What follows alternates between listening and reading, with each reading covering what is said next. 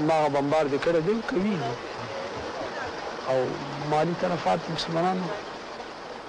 The main damage is to property, and they have destroyed houses. دغه دې مسلمانانو کې تاوان خساره ده نه علاوه نور څه نشته.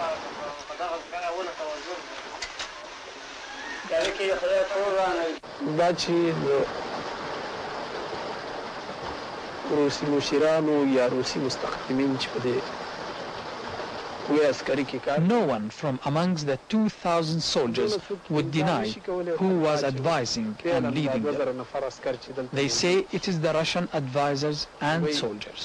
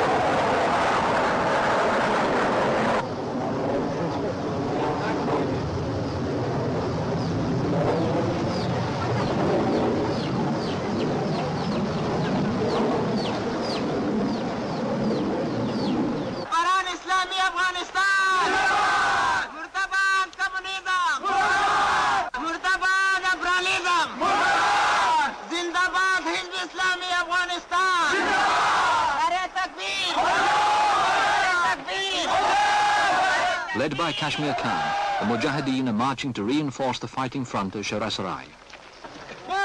The Russians have recently moved combat troops into Afghanistan to strengthen the depleted army at strategic bases and airfields around Kabul. They are committed by treaty to help the Afghan regime against any internal or external threat. The Russians must be aware that in the face of this Islamic tide, their involvement in Afghanistan could easily backfire. There are 50 million Muslims in Russia who look upon the Afghans as their brothers. The Russians' actions in Afghanistan could create problems for them in their own Muslim areas across the border.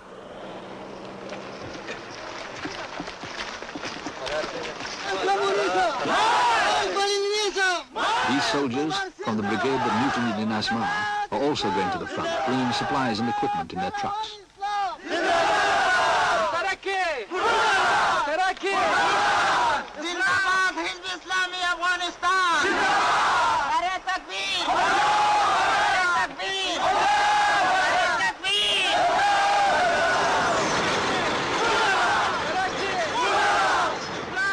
The government garrison at Sharasarai, the provincial capital, is now surrounded and cut off. Supplies for the troops have to be flown in by armor-plated helicopters, as the Mujahideen have anti-aircraft guns in the mountains. The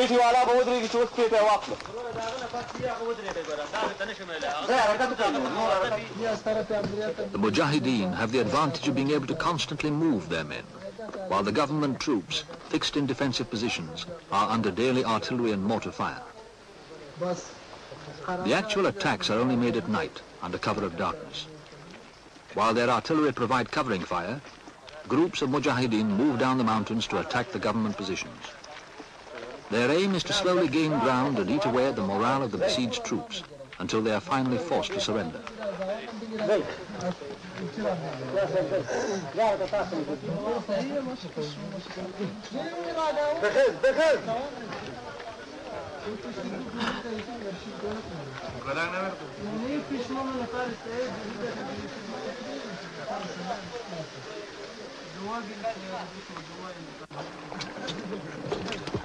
Food is in short supply. Bread and thin soup has become the staple diet, occasionally supplemented by meat.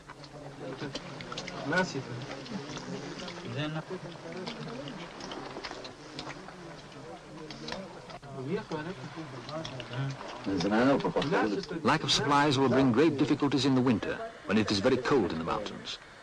The Mujahideen are determined to take Sharasarai before the snows and bring the whole province under their control.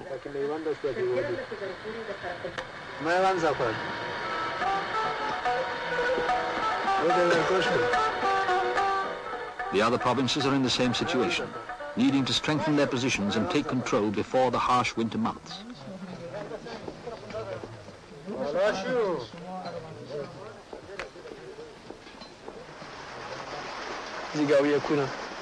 We have Zigawiak and the Dashka, which we have seized from government troops. But these are not very effective against the aeroplanes. But our main defenses are that we believe in Allah and our destiny.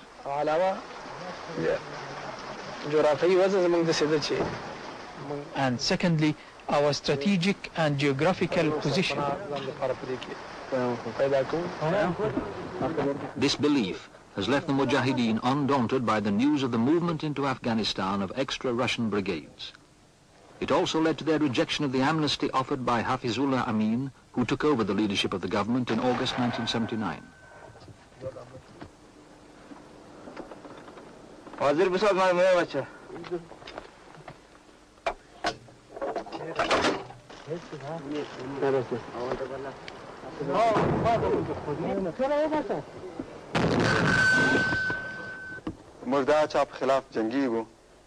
We are fighting against those who are interfering in our country and would fight anyone who interfered, whether they were from the east or the west. We would continue to struggle against them in the same way we are fighting against the government.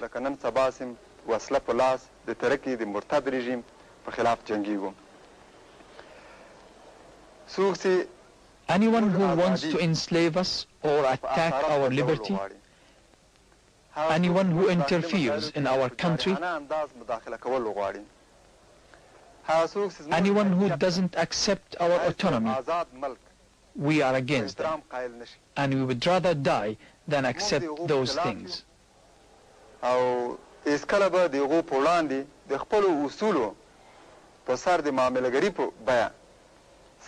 But if anyone extends his hand in friendship, we will accept their hand of friendship with happiness.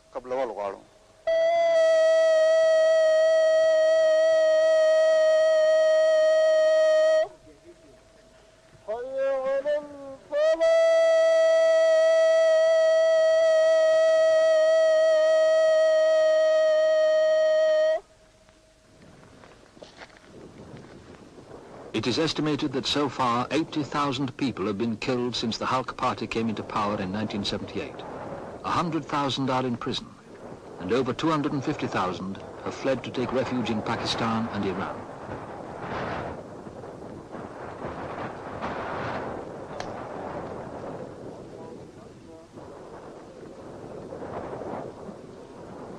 The Muslims are continuing their push towards Kabul from all sides and beginning to take action in the city itself. Whether the Russians escalate their military support of the Halq regime or not, the Mujahideen state that they are committed to fight to the end.